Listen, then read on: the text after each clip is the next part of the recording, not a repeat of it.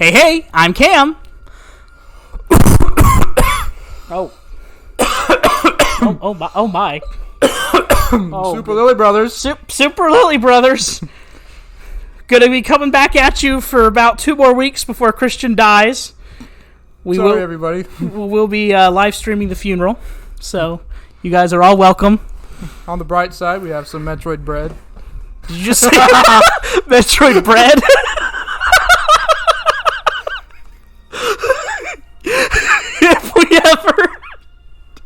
If we ever, like, that's gotta be like in Nintendo Land whenever they open up like a restaurant, they need to have like a sub place called Metroid Bread. There's no coming back from that one. Yeah, I'd like some Ridley sticks with my sub sandwich, please. Everybody's gonna be pointing and laughing. That's the Metroid bread guy. Can we get a picture real quick? Like, this is the video that, like, launches our YouTube channel. Like, you become extremely famous. I just go plummeting. I become, like, homeless. All my clothes are raggedy. Yeah, sure. You're like the Squidward meme. For the fans, yeah. Oh, boy. We're not doing hard mode, right? No, we are not doing hard mode. Because I could. Oh, could you now? I don't know, but I haven't tried it yet. Yeah, my butt got kicked by normal mode. I am not ready for hard mode. I didn't think the game was too hard. I just thought mostly the bosses. Yeah, but Christian, I'm a weenie. I go to the Weenie Hut Juniors to play my video games. I mean, you're good at Nintendo games, though. Let's be real. I don't know. I'm not that good. I actually, you know what? We can go back to a lot of recorded footage now to show you that I am not that hot at video games. Insert Cuphead here. Insert Cuphead episode 2 right here. Oh my gosh. Yeah, I definitely. I'm just one of those people. I used to always like, I savor the challenge, da-da-da-da-da. And then at some point I was like, does this game have an easy mode? This game? Just any game I'm playing. Does this game have an easy mode? Let me just check the menu real quick. Oh, this is the easiest mode. Well, dadgummit. You know, do they have like a super baby diapers mode for me? That'd be great. You have to say like into the mic that you're a baby before you can start the mode. We're going to make you say it before. Yeah, sometimes with the difficulty settings, they try and just give you shame as you're playing. And they're just like, this mode, instead of calling easy mode, we decided to give it a creative name, like, you should feel bad mode, or you're not really a man mode. And I'm like, no. If your self-worth is at an all-time low, there's a special section for you. It feels like the Doom system. Yeah. I forget what they're all called, but those have some of the best like names for difficulty. Oh my gosh, yeah, I love it. I always go on Too Young to Die mode. That's the one, the easy mode, I think. That's the easy one? Yeah, Too Young to Die. There's not an easier one than that?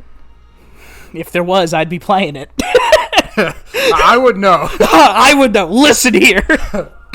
Like, I'm an avid fan of the Doom games. I've beaten Doom 2016, Doom, the original Doom, Doom 2, Doom 64, and Doom Eternal. That's absolutely crazy. I know. That happened in the time span of like 2 years. Yeah, in like 2 years. Like, I didn't grow up with Doom. You don't play first person shooters ever. Like, when we played Metroid Prime together, I was like, I'm confused. I don't know how to control this. And like, Metroid Prime is like barely a first person shooter. It's not really even a first-person shooter. Yeah, it's not. It doesn't have the same mechanics as any other It's literally just a first-person game, and I was still disoriented by it. And I started playing Doom, and I love it, but I always go straight to the easiest possible mode. So it's like... You don't have any, like, desire to, see if you could... Nope. I have no ambition. That's part of the appeal of the game, though. Yeah, well, I have no ambition. Or shame. You just want to kill. You're part of the problem. Yeah, I'm part of the problem. Doom is just like the game, like, adults point to and be like, video games are bad. Yeah. It is a flagship game. Yeah, well, it's like the big old controversy in the 1980s, or was it the early 90s, about where they had people coming into court, and it was about Mortal Kombat and the violence in video games for Mortal Kombat. And I'm yeah. I wasn't there for that, but everybody talks about that. Yeah, it's a really about famous that part. Almost as much as they talk about 9/11. Yeah, it really is. That's like how it is for gamers. Where were you when they did the court? Yeah. You know, it's like I remember where I was. Like, I'm glad that Doom didn't come out around then. Like, goodness me, literally running around hell shooting demons in the bloodiest possible ways. People would be freaking out now. This game looks so sleek. Oh, it's so sleek to control too. Like, I marathoned a bunch of other Metroid games before playing this, and going straight from Super Metroid and Metroid 2 Return of Samus to this is like, oh, it's just buttery smooth. I was helping my friend play like Super Metroid. Yeah? And he was in like the quicksand level. Oh, and I was Meridia is the... maybe, yeah. Yeah, no, it's Meridia. Okay. I go in there because I'm like, oh, I played this game. I'll help you out. And I go in there, and I'm just looking around the room for like 30, 45 minutes. Yep. And I like had just recently started this game, and I went back to that game, and all I could think about is like, I want to go back so bad because the controls are just like so clunky compared to this. Yeah. Even though they're like super good for like when they were made. Oh yeah, yeah. I don't want to step on any toes here. I like Super Metroid, Your Honor. Court of public opinion, I'm so sorry. Super Metroid's very good. It just sucks. Yeah. But in a good way. But in a good way. No, Super Metroid is... So I have no nostalgia for Super Metroid. I started playing Super Metroid, the Metroid games, like 5 years ago. Not even that long ago. Maybe 3 years ago. I think... Was I the one that like recommended Super Metroid to you?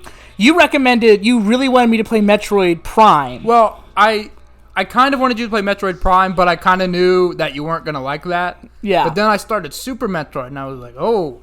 Yeah. This is something he might like. Enjoy. Like, this might be like his intro to like Metroid. And it was. It was my gateway drug. I am very addicted. You loved it more than I did. You loved it way more than I did. I have no nostalgia for the game, and I got obsessed with it. And...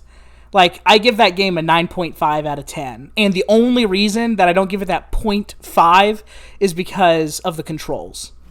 There's just little tweaks that it needs control-wise. Yeah. Which was probably fine for the time. Yeah, I mean, well, you've got to remember, this is a game that was developed before on a controller that didn't have control sticks. Like, they were using a D-pad and 4 buttons and 2 triggers. You know what I mean? Yeah. Like, it's not an NES controller, but they didn't exactly have a bunch of options for gameplay. And that game does use every button available to it. Like, you're using select to switch between weapons in that game. You know what I mean? Yeah.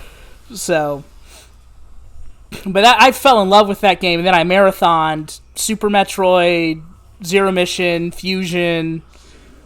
Which I have not played any of those. Really? I've played a little bit of Metroid Fusion. But I didn't even have that access to it. I played it for like maybe like an hour. Oh, really? Maybe an hour and a half or so.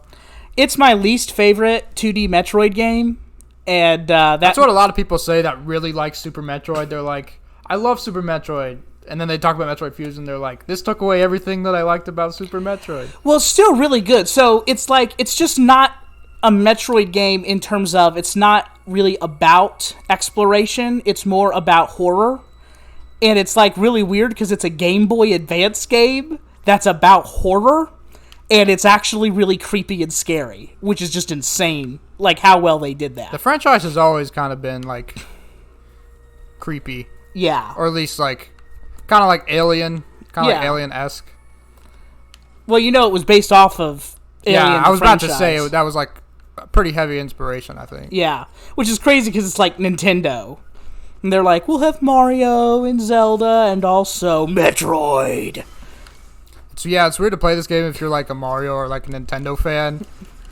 And this is like it just goes like straight into like the science fiction, just like heavy, especially if you play Metroid Prime. Oh yeah. Well, and just even the creatures are really like disgusting in these games. Like there's an enemy in Fusion where you literally the boss that just as you beat it, you continually melt off more of its face, and it's just like, what is even going on? Like, this is a Game Boy Advance game. Why are you letting kids see this? You gotta wonder if that's on their mind half the time. You know, I think there's one guy at Nintendo that is, like, not a really good game designer, not a really good idea guy. He's just, like, out to traumatize children. And he like, always finds his way, like, slips his way onto other games, and he's like, oh, Ocarina of Time, this looks really bright and cheery and clean.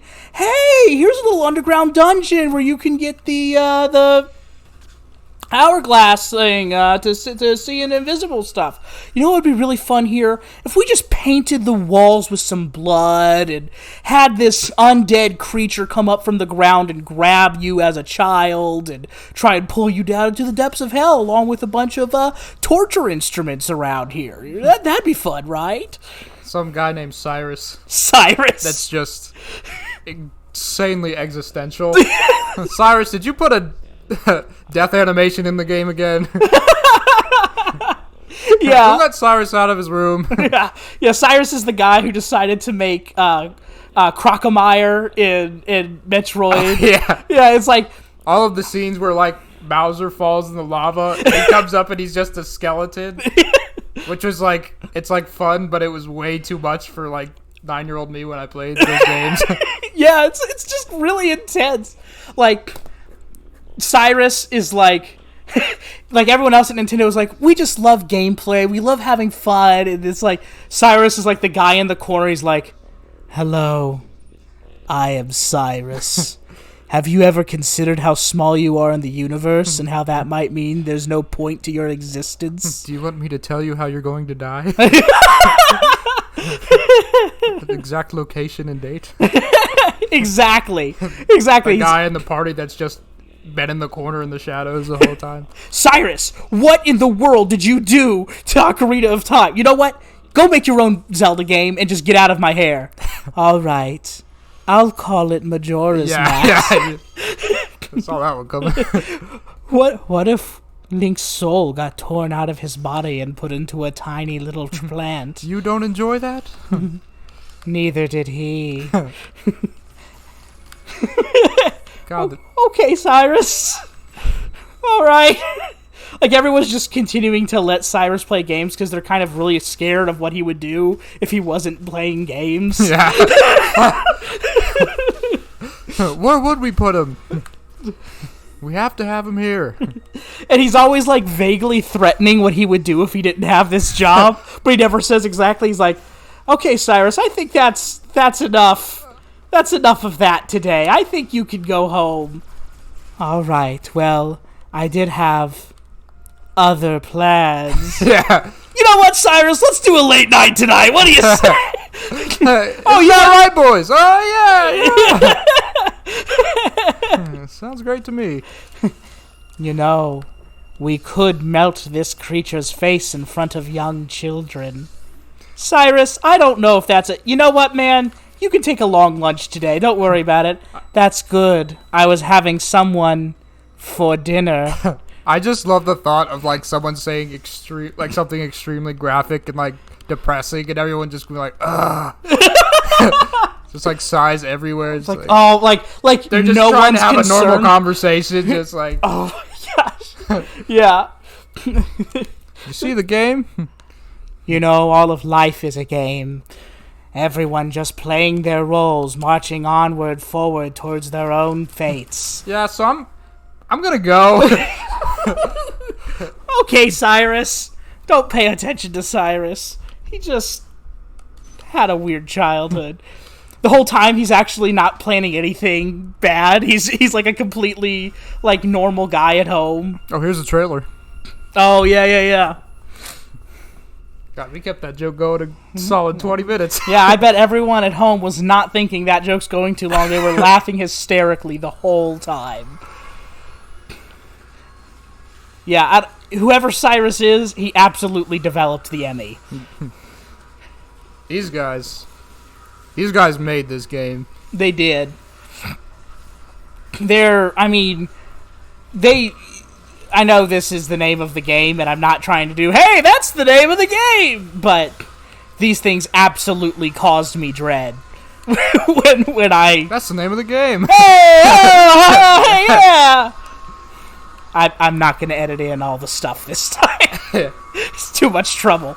Please don't. Oh my gosh. It's going to be really hard for me to not spoil the end of this game as we're talking about it, because I have a lot of thoughts on a lot of things. We'll get there. Yeah, eventually. When we get there. But there's just stuff that, like, I'm curious about what you're thinking. I have to be like, yep.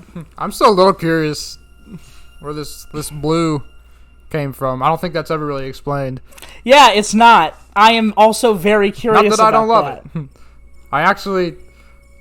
I really dig, like, her look in this game. Oh, where the blue on her armor came from. Yeah. I thought you were talking about these mother brain looking things. Oh, no. Yeah. Well, actually, we do know where that came from. That comes from Metroid Fusion. Oh, she still has it from that? Yeah. Yeah, and this game takes place very shortly after Metroid Fusion, where she's still super weak. I didn't finish Fusion. I assumed she was, like, cured or whatever. No. Got the vaccine. I don't know. I guess she wouldn't have to wear a face mask with that helmet on anyway, so... You know. Same as I have at the curb. Oh, yeah. God, this is so buttery smooth. I know. It's like... This game has done an amazing job of making it feel like there was a Metroid game that came out every other year for 20 years, and that this is how it has improved over those 20 years. Yeah, it literally just skipped, like, probably, like, 5 games and just went for everything that Metroid should be now. Yeah, exactly. Like, I was honestly expecting there to be some stuff that I was like, okay, this will probably be a little clunky, especially because I was a little worried about the team that developed it, because Metroid 2, the first time I played Metroid 2 on the DS, I was super disappointed by it. I just couldn't get into it, because there's just so much stuff that's really clunky in that game. You talking about the first, like, the original, or, like... No, the remake. Like, yeah. I enjoyed it, but there was just, like... It wasn't fun to move. There was clunky stuff here and there. I was like, that's not fun. Why am I having to, hit every single enemy, counter every single enemy? Like, I'd like to shoot them some. You know what I mean? Yeah. Well, it's weird, because that game I didn't care for some reason. I played a decent amount of it. Yeah. And I didn't dislike it, but I played, like, a good amount, and I didn't get into it. I wasn't, like, hooked. Yeah. And then I picked up this game, which has almost the exact same mechanics. Yeah. But just tweaked just a little bit. It's just right. A little bit. And I am in love with this thing. Yeah. I don't know what is so dang different. Well, they they listened to the fans, and then they just, like, tweaked it, because it was good ideas. The counter move isn't a great idea. Yeah. But they just kind of got a little too excited about it when they made you do it every single time, which resulted in you can't get from point A to point B. You have to, every single time, stop and counter. And just that gets on your nerves. And that idea, ideas like that, that are good ideas but overused, was way too prevalent in that game. So when you encountered anything difficult, it was like, this is not worth it. Yeah. So yeah, I just gave up. I finally picked it back up because I was excited about this game, and I decided, when I beat Metroid Dread, I would like to be able to say that I have beaten every single 2D Metroid. And I'm actually glad that I ended up finishing Metroid 2, Samus Returns. It gets pretty good by the end. And slight spoilers, there's a Ridley fight at the very end. I heard about that. That is excellent. It is so good. Securing his spot as like the surprise boss in every single Metroid game. Every single Metroid game. It is... That was the only hope left. Yeah. Was that one. It's like, and the thing is, he dies in every single fight. I know. And then he comes back as a surprise in every single one. I haven't played Metroid like Prime Myers. 2 or 3. Yeah. Literally just some kind of supernatural essence that never is like touched on or explained. Yeah. Except for just to say, he's evil, therefore he can survive stuff. People in like the movies and the games are like, he's the embodiment of evil. Okay. You can't just kill him. But then that's all we get. That's all we get. It's like that's enough, why? Isn't it? No, it's not. Quit complaining, would you? Although I am glad they didn't explain it, because when they start trying to explain stuff like that, it always gets messy. Gets real rough. So, all right. Well, that's about all the time that we have for today. Yeah. So thank you guys for tuning in. We will see you guys next episode of Metroid Dread. Next time on Dread. You know what to do. And if you don't, ask someone.